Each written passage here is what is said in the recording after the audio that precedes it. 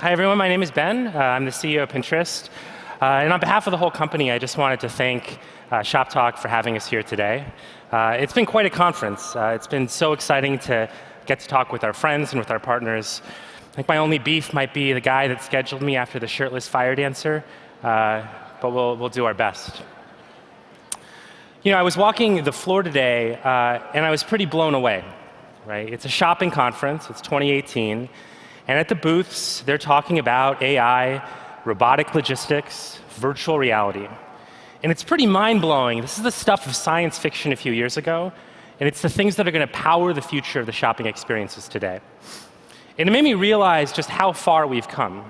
I was thinking about my first shopping experiences when I was a kid. Right? I grew up in the 80s and 90s in Des Moines, Iowa, and I think like a lot of people, your first shopping experience, it was at the mall. The mall wasn't just a place to shop, it was a place to be. Right? You could go to different shops, you could discover things that are new. You could find what are the cool clothes, where do I hear the newest music, you could try new foods, you could read new books. And the whole experience was designed assuming that you didn't necessarily know what was in there by the time that you walked in. At the time, I didn't really think about it, and it's only later that I realized that's not an accident. All of that is by design. The windows, the store attendants, the racks of CDs, the layout of the mall itself, it's all been engineered to help you discover things that you didn't know were out there. A lot's changed in shopping, and a lot of it's for the better. Right? You can sit on your couch at home, and you can flip through millions of products. You don't have to travel anywhere. With a push of a button, you can order things, and they'll show up at your home. I typed in men's jeans into a small e-commerce provider in Seattle, and right below it said results 1 to 50 of at least 50,000. It's pretty incredible. But here's the thing. If you don't know what you're looking for, or if you're overwhelmed by choice, the abundance of online shopping presents a huge problem. We believe that discovery, the same discovery experiences that existed in the offline world, they haven't yet come to the online world. And that's what we're going to talk about today. Visual discovery. Pinterest is a visual discovery engine. Every day, millions of people all over the world, they come to Pinterest to get ideas. Ideas for everyday things. Ideas for what they want to eat. Ideas for what they want to wear. Ideas for how they want to decorate their home. And why do they come to Pinterest? They come to Pinterest because it's one of the few places that instead of telling people what you're looking for in words, you can browse through millions of possibilities and select things that you know you love. Whoever said that, a picture is worth 1,000 words, they were onto something. On Pinterest, you come and you see a catalog where everything is hand-picked for you. And if you see an item you love, you can take that item and you can save it into a collection. Right? This is a collection of chairs. This is a collection of gardens. This is a collection of style. There are collections of fancy cupcakes. There are collections of tattoos. People make these collections because they're planning for something in the future of their life. They're planning what they want to cook, what they want to buy in their home, where they want to travel. They're planning special events. They're planning the everyday things that they care about. It was Wired magazine that said, Pinterest is the productivity app for planning all of your dreams. Now, why does that matter? If we were just building an online scrapbook, that would be cool. I love scrapbooking. But it matters because those vision boards about people's aspirational future, more often than not, become their real future. This is Laura. The dress she's holding up, the denim one that she loves, she discovered it on Pinterest, and she never knew that style was out there until she saw it for the very first time. This is Henrik. He lives in Berlin. He wanted to build his first custom bicycle, so he created an inspiration board on Pinterest, and this is him standing in front of the final thing. This is Alyssa.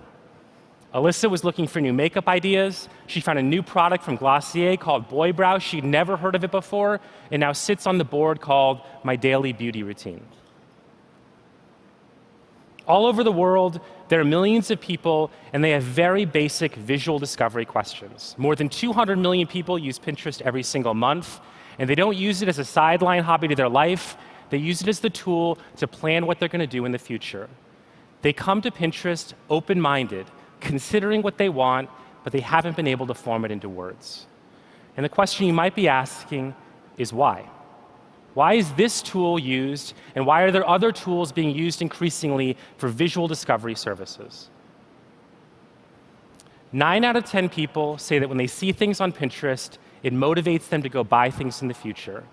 And it motivates them because what we present is visual. I think that we're undergoing a fundamental transformation in how we consume media. The beginning of the internet, media was really about text. Think about the early days of the web. What do we call a web page? It's called a page. What do we call HTML? It's hypertext markup language. What do you type into a search engine like Google? You type in keywords. And that's the way that everyone's been navigating the internet until something happened about 9 or 10 years ago. And you guys all have one in your pocket. What happened was the smartphone. For the first time, billions of people on the planet have a high-resolution camera in their pocket. They have a vivid touch screen. They can see instead of typing. And it's changing everything. It changes the way that you express yourself professionally. We've gone from blogs to video stories. It changes the way that you talk to your family and friends. You went from text and voice to FaceTime and animojis. And it's changing the way that you discover everything online. I want you to take a simple example. Everyone's been in a living room. Hopefully you have a living room. Try to picture in your mind what you want that living room to look like.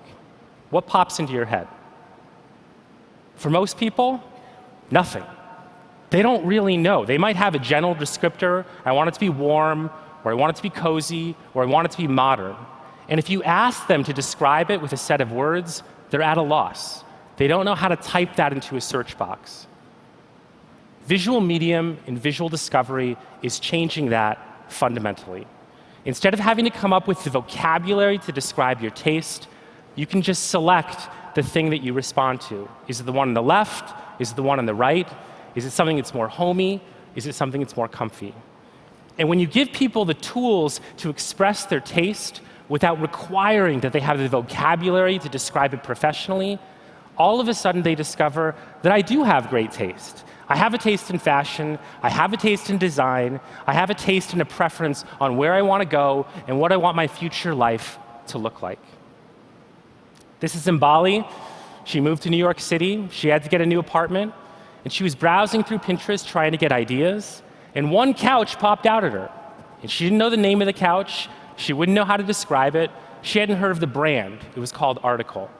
And this is her sitting on that couch today. And visual discovery made that possible.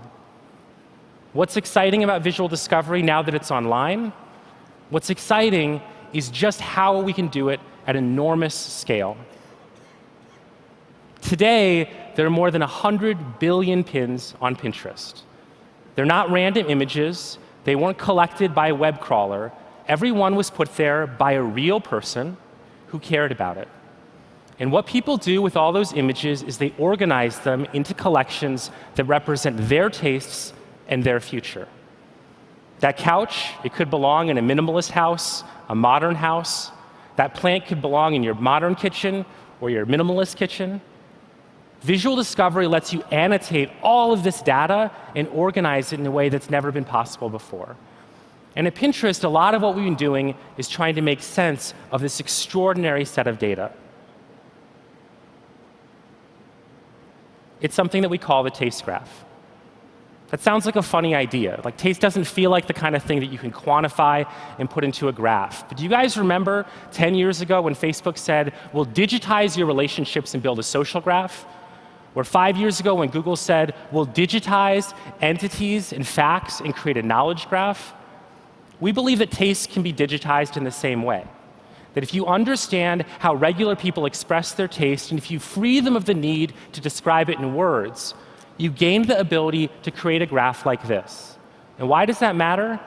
It matters because in a world where there are hundreds of millions of options facing you, you need help to discover the few things that are right for you. Our belief is that building a taste graph will unlock efficiency, not just for regular people who don't want to spend time sifting through 50,000 pairs of black jeans, but for businesses. And we want your help to do this.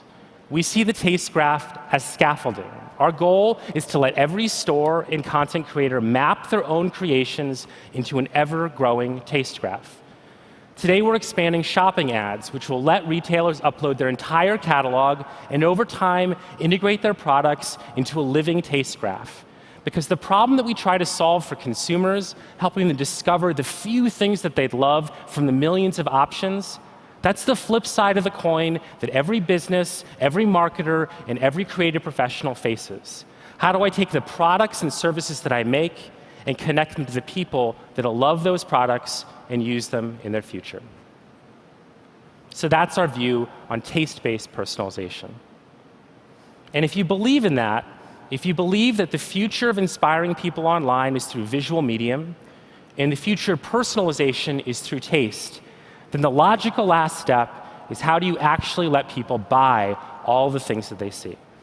And that's a journey that Pinterest started just a couple years ago, but we're incredibly excited to take the next step in that journey with all of the folks here today. We've been rolling out a set of products that try to let people go from inspiration to purchase.